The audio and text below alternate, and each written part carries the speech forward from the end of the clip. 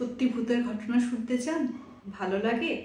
তো যারা ভূতের ঘটনা ভালোবাসেন বা প্যারানর্মাল অ্যাক্টিভিটি সুপার ন্যাচারালের ঘটনা ভালোবাসেন, গৌরব তিওয়ারির নাম শোনেননি এটা তো হতেই পারে না, তাই না? আর আপনারা জানেন যে এক এক করে গৌরব তিওয়ারির কয়েকটি লোমহর্ষক ঘটনা আমি এখানে উপস্থাপন বা আপনাদের সামনে তুলে ধরতে চলেছি বা তুলে ধরছি। তো এই ঘটনাগুলো আপনারা যদি পড়তে চান, গোস্ট হান্টার গৌরব তিওয়ারির বই পেয়ে যাবেন। অ্যামাজনে কিন্তু এই বইটা অ্যাভেলেবেল আছে, আপনারা দেখে নিতে পারেন, আমি ডেসক্রিপশনে লিঙ্ক দিয়ে দেবো। তো যেটা বললাম, এর আগেও কিন্তু আমি এপিসোড দিয়েছি এবং এরপরেও আসতে থাকবে, কিন্তু আমি খুব ছোট করে আপনাদের সামনে তুলে ধরছি এই ঘটনাগুলো। আপনারা যদি পুরো ডিটেলে শুনতে চান তাহলে কিন্তু বা পড়তে চান তাহলে বইটা আনিয়ে নেবেন। তো চলুন শুরু করছি। তো এই ঘটনাটা না একটা অ্যাপার্টমেন্ট, দিল্লির একটা অ্যাপার্টমেন্ট নিয়ে, ঠিক আছে? তো এখানে একজন মহিলার কথা বলা হয়েছে যার নাম মালতী, এবং মালতী তার হাজব্যান্ডের থেকে ডিভোর্স নিয়ে নিয়েছে। নানা রকম মানে ওদের মানে রিলেশনটা ঠিক চলছিল না। ওর এক ছেলে এক মেয়ে ছিল। ও নিজে একজন মানে চাকরিরত মহিলা ছিলেন। তো ও কি করলো যে ছেলে মেয়েকে খুব ভালো একটা লাইফ দেওয়ার জন্য ও একটা অ্যাপার্টমেন্টে শিফট হলো। তো ও চাকরি মানে অ্যাপার্টমেন্টের নাম্বার, পার্টিকুলার একটা নাম্বার ছিল, আন্দাজান B21 ধরে দিচ্ছি। তো ওইখানে একটা ডোমেস্টিক হেল্পার রাখা হলো, যেহেতু ও যখন চাকরি করতে যাবে বা চাকরিতে থাকবে, ছেলে মেয়ে স্কুল থেকে আসলে তো একা আর থাকতে পারবে না, তখন ওর নাম ডলি ছিল। ডলি যাতে ও ছেলে মেয়েকে দেখাশোনা করে, ঠিক আছে? তো এখানে থাকছে। এক সপ্তাহ পরে মালতীর সঙ্গে একটা প্রচণ্ড ভয়ঙ্কর ইনসিডেন্ট হয়। আর যেই ইনসিডেন্টটা হওয়ার পরে ও আইপিএস এর সঙ্গে মানে গৌরব তিওয়ারির যে ইনস্টিটিউশনটা ওটার সঙ্গে যোগাযোগ করে। হ্যাঁ, কি হলো ওই দিন, কি হয়েছে, মালতী ল্যাপটপে কাজ করছিলেন এবং হঠাৎ যেহেতু উনি লিভিং রুমেই ল্যাপটপে কাজ করছিলেন, হঠাৎ ওনার মনে হলো ফ্রিজ খুলে কেউ কিছু নিচ্ছে। তো কোয়াইট অবভিয়াস না, ছেলে মেয়ে আছে, সে ডলি আছে, কেউ হতেই পারে। তো উনি জাস্ট এরকম চোখ উঠে দেখলেন সত্যি সত্যি ফ্রিজের সামনে একজন মহিলার অবয়ব দাঁড়ানো। যেহেতু রাত্রবেলা অন্ধকার হয়ে গেছিল, তো বুঝতেই পারছি কোনো মহিলা, অ্যান্ড সেটা ডলি হবে, কারণ ওনার বাচ্চারা তো ছোট ছোট, সাইজটা দেখে মনে হচ্ছে ডলি হবে। তো উনি বললেন কি, ডলি তুমি কি কিছু নেবে? তো কিছু বলছে না। তো যখন কিছু বলছে না এবং কেমন যেন ওনার একটু ফিল হলো, উনি না সামনে গিয়ে মানে সামনে এগোতে লাগলেন। এগিয়ে গিয়ে দেখলেন যে হ্যাঁ, একজন মহিলা দাঁড়ানো, কিন্তু সেটা ডলি নয়। মালতী নিজেই নিজেকে দেখছেন, যে নিজের চোখেই নিজেকে দেখছেন যে ওই ফ্রিজ ধরে দাঁড়িয়ে আছে মালতী নিজে, এবং ওনার হাতে একটা মাংসের টুকরা, মুখ পুরো রক্তাক্ত, এবং ফ্রিজের মধ্যে নানা রকম মাংসের টুকরা ছড়িয়ে ছিটিয়ে আছে, এবং সেই মাংস টুকরাগুলি কিন্তু হিউম্যান পার্টস, হাত পা ওইসব। এটা দেখে উনি প্রচণ্ড জোরে চিৎকার করে উঠলেন, এবং উনি এটা মানে আবিষ্কার করলেন যে উনি বিছানার মধ্যে ঘুমানো, মানে উনি স্বপ্ন দেখছিলেন, ঠিক আছে? তো উনি উঠলেন, উঠে এক গ্লাস জল খেলেন, এত ভয়ঙ্কর স্বপ্ন দেখেছেন। হঠাৎ যেহেতু আমি বললাম যে ওনার B21 মানে ওনার উপরের ফ্লোরে ওনার জানলার মধ্যে ঠক ঠক ঠক ঠক আওয়াজ। জানলাটা খুললেন, খুলে উনি কি যা দেখলেন, এইবারও ঘুমন্ত চোখে না, এবার একদম পুরো সজাগ অবস্থায় দেখলেন যে একটা নারী মূর্তি, কিন্তু উনি ওনার মধ্যে যেমন না, ওনার সেই মুখের মধ্যে শেপ চেঞ্জ হচ্ছে ওনার চোখের সামনে।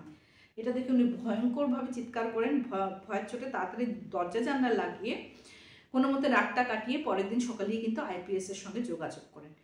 গৌরবের যে অ্যাসিস্ট্যান্ট ছিল সে খুব মানে ও প্রথমে এসে রেকি করে জায়গাটা, তারপর গৌরবকে সব কিছু জানায়। তো ও আসে, অ্যাসিস্ট্যান্ট আসে, আসার পর মালতী তো সব কথা বলে, এবং সেই দিন যেহেতু মানে ওর গৌরবের অ্যাসিস্ট্যান্ট এসেছিলেন, ওনার যে ছেলে মেয়ে দুটোকে ওই রাতের জন্য প্রতিবেশীর বাড়িতে রেখে আসেন, এবং গৌরবের অ্যাসিস্ট্যান্ট এসে ওনার হাতে একটা ইভিএম মিটার যে হয় ওগুলি দিলেন, সো দ্যাট উনিও বুঝতে পারেন।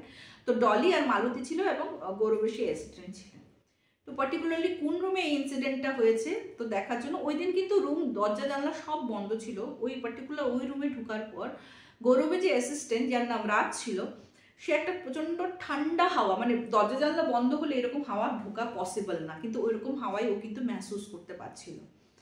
এবং আস্তে আস্তে ও দেখছে কি বলতো, ওর চোখের সামনে থেকে মালতী ডিসঅ্যাপিয়ার হয়ে একটা মেল মানে একটা লোকের ভয়ঙ্কর মূর্তি এসে মানে ওকে বলছে তুমি এখান থেকে চলে যা।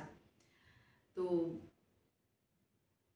গৌরবের যে অ্যাসিস্ট্যান্ট রাজ একটা মানে লাইট, গ্যাস লাইট একটা জ্বালানোর পর দেখলো যে একটা মেল প্রতিমূর্তি, ওকে তো বলছে চলে যাও, এবং ও এটা জিনিসটা দেখতে পাচ্ছে যে ওর যে মালতীর রুমে ঢুকেছিল, রুমটা পুরো চেঞ্জ হয়ে গেছে, ওখানে ফ্ল্যাট বা অ্যাপার্টমেন্ট নয়, একটা বাড়ি, এবং একটা লোক খুব চিৎকার করে করে বলছে যে জজ সাহেব আমাকে ছেড়ে দিন, আমার ছোট বাচ্চা আছে, আমার কিছু হয়ে গেলে ওর কি হবে, ঠিক আছে। খুব চিৎকার করে কান্নাকাটি করছে, করে করে মানে এখানে আত্মা ম্যানিফেস্ট করছে ওর সঙ্গে, ওর কষ্টগুলিকে গৌরবের অ্যাসিস্ট্যান্টকে দেখাতে চেষ্টা করছে। হ্যাঁ, তো কারণ আমরা সবাই জানি প্রেতাত্মা এমনি এমনি হয় না, আত্মার যখন খুব কষ্ট থাকে বা অধুরা কোনো মানে স্বপ্ন যেগুলি পূরণ করা হয় না, বা প্রচণ্ড স্ট্রং একটা কোনো কিছু ওনার মানে কিছু করার থাকে যেটা করতে পারে না, তো সেক্ষেত্রে প্রেতজনিতে চলে যায়, বা অ্যাক্সিডেন্টাল ডেথ অলসো। তো এরকম দেখতে দেখতে হঠাৎ যখন গৌরবের সেই অ্যাসিস্ট্যান্ট রাজের চোখ খুললো, তখন দেখে ও সোফাতে, তো মালতী দাঁড়ানো, তো মালতী বলছে ভোর 3:30টায় বেজে গেছে। তো মানে রাজ বলছে যে আমার কি হয়েছিল, বলছে তুমি তো আমার চোখের সামনে ফেইন্ট হয়ে পড়ে গেছিলে, আমি আর ডলি তোমাকে সোফায় শোয়াই, এখন তোমার হুঁশ এসছে। তখন এইসব কথা গিয়ে গৌরবকে যখন বলল, তখন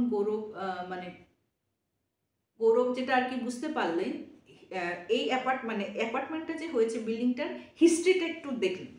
হিস্ট্রিতে লেখা ছিল যে এই বিল্ডিংয়ের যে মালিক ছিল, মানে এই বিল্ডিং হওয়ার আগে যে সেই বাড়িটার মালিক ছিল, ওকে কিছু দুষ্ট লোক নানা রকম মিথ্যা অপবাদে ওকে ফাঁসায়, এবং ফাঁসানোর পর জানো তো কি করে, ওকে না তোমার জেলে কারাদণ্ড হয়, এবং ওর একটা বাচ্চা ছেলে ছিল।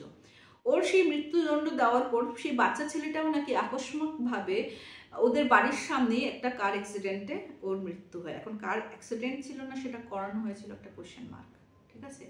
তো এই কষ্টের জন্য এই যে মিথ্যা অপবাদ নিয়ে যে মারা গেছিল ওর জন্য, এবং বাচ্চাটারও এরকম আকস্মাত মৃত্যু হয়েছিল, ওই আত্মাটা ঘুরছে, এবং ওই ফ্ল্যাট মানে বাড়িটার যে নাম্বারটা ছিল, ওই বাড়িটার নাম্বারও কিন্তু B21ই ছিল, অ্যান্ড ফ্ল্যাটটার নাম্বারও B21 হয়।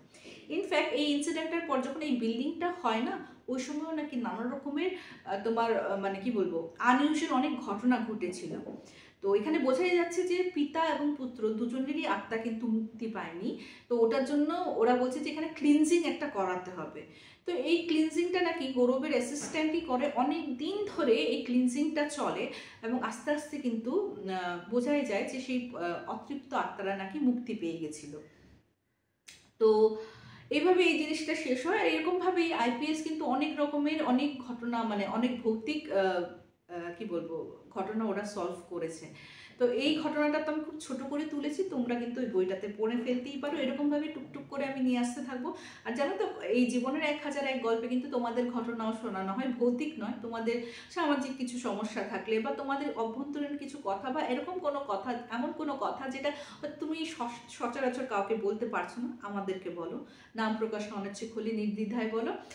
আমাদের ফোন নাম্বার হলো 8011006740, আর মেল আইডিও আছে, ডিসক্রিপশনে দিয়ে দেবো, জীবনের 1001 গল্প @gmail.com।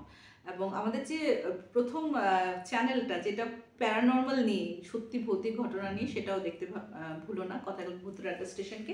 আজকে এপিসোডটা আমি এখানে শেষ করছি, তাড়াতাড়ি সাবস্ক্রাইব করে নাও। খুব তাড়াতাড়ি দেখা হবে। Till then bye bye, see you soon, নমস্কার।